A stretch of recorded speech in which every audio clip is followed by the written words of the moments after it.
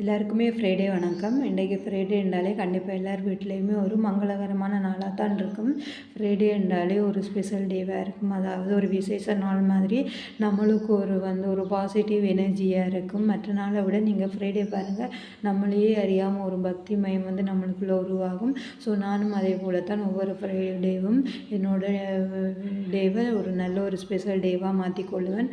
So அதுக்கு நான் ஒவ்வொரு கிழமையும் வியாழக்கிழமையே நான் என்னோட பூஜா வெசல்ஸ் அண்டு வீடு எல்லாத்தையுமே க்ளீன் பண்ணி வச்சுருவேன். ஸோ உங்களுக்கு நான் சில டிப்ஸுகளும் கொடுக்குறேன். நீங்கள் கண்டிப்பாக உங்களுக்கு பிடிச்சிருந்தா என்னோடய டிப்ஸுகளை ஃபாலோ பண்ணி எனக்கு எப்படி இருந்தேன்னு கமெண்ட் பண்ணுங்கள்.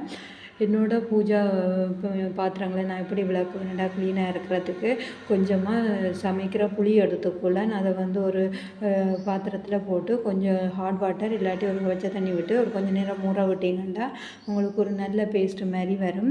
ஸோ அதையும் எடுத்துக்கொண்டு அதோட கொஞ்சம் கல் உப்பும் எடுத்து ரெண்டையுமே மிக்ஸ் பண்ணி வச்சுக்கொண்டு அதை வச்சு நம்ம பூஜா வெசல்ஸ் விளக்கினோம்னா உங்களுக்கு பூஜா விளக்கும் சரி பூஜா பாத்திரங்களும் சரி நல்ல பளபளன்னு இருக்கும்.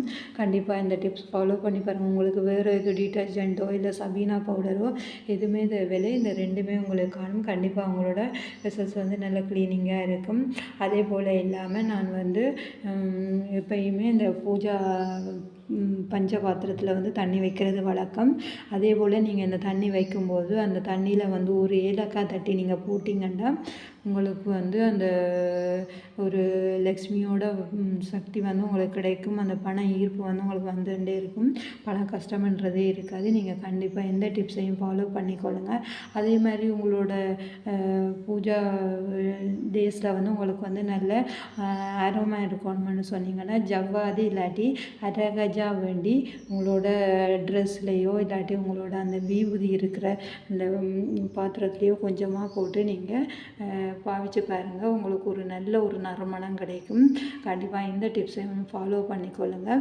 அதே மாதிரி நான் எப்பயுமே பூஜா படத்தில் கண்ணாடி வைக்கிறது வழக்கம். அந்த கண்ணாடிக்கு நேராக நீங்கள் ஒரு கண்ணாடி பவுலில் இதே மாதிரி கொஞ்சம் காயின்ஸ் போட்டு கண்ணாடிக்கு முன்னாடி வச்சிங்கன்னா உங்களுக்கு எப்பயுமே பணம் நிரம்பி வழிகிற மாதிரி இருக்கும். நான் இது என்னட்ட கிடக்கிற காயின்ஸை மட்டும் வச்சுருக்கிறேன். ஆனால் உங்களுக்கு இந்த பவுலில் கொஞ்சம் நிரம்பி வச்சிங்கன்னா உங்களுக்கு கண்டிப்பாக ஒரு நல்ல பலன் கிடைக்கும். இந்த டிப்ஸை நீங்கள் ஃபாலோ பண்ணி பாருங்கள். இதே போல் பல டிப்ஸுகள் நான் உங்களுக்கு கொடுத்து கொண்டிருப்பேன்.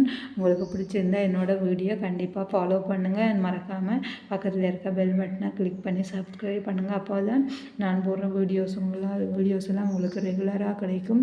இதே போல் பல டிப்ஸுகள் நான் உங்களுக்கு கொடுப்பேன். கண்டிப்பாக என்னோடய வீடியோவை மறக்காமல் பாருங்கள் ஃப்ரெண்ட்ஸ். உங்களுக்கும் இது போல் எதுவும் டிப்ஸ் கிடைச்சா கண்டிப்பாக எனக்கு ஷேர் பண்ணுங்கள். அதே மாதிரி நீங்கள் என்ன செய்கிறீங்கன்னா ஒவ்வொரு வெள்ளிக்கிழமையும் உங்களோட நிலவாசல் படியில் மஞ்சள் கரைச்சி குங்குமம் வச்சிங்கன்னா உங்களுக்கு ஒரு நல்ல ஒரு பாசிட்டிவ் எனர்ஜி கிடைக்கும். நீங்கள் கண்டிப்பாக ஃபாலோ பண்ணி பாருங்கள். அது மட்டும் இல்லாமல் நான் என்னோடய வாசல் படியில் இந்த மாதிரி ஒயிட் செயின் வச்சுருக்கிறேன். இதோட சத்தம் நம்மளுக்கு வீட்டில் எப்பயுமே ஒரு பாசிட்டிவ் கிடைக்கும். அதே மாதிரி அதில் பாருங்கள் என்னோடய வீட்டுக்கிட்ட துளசி மாடமும் வச்சுருக்கிறேன்.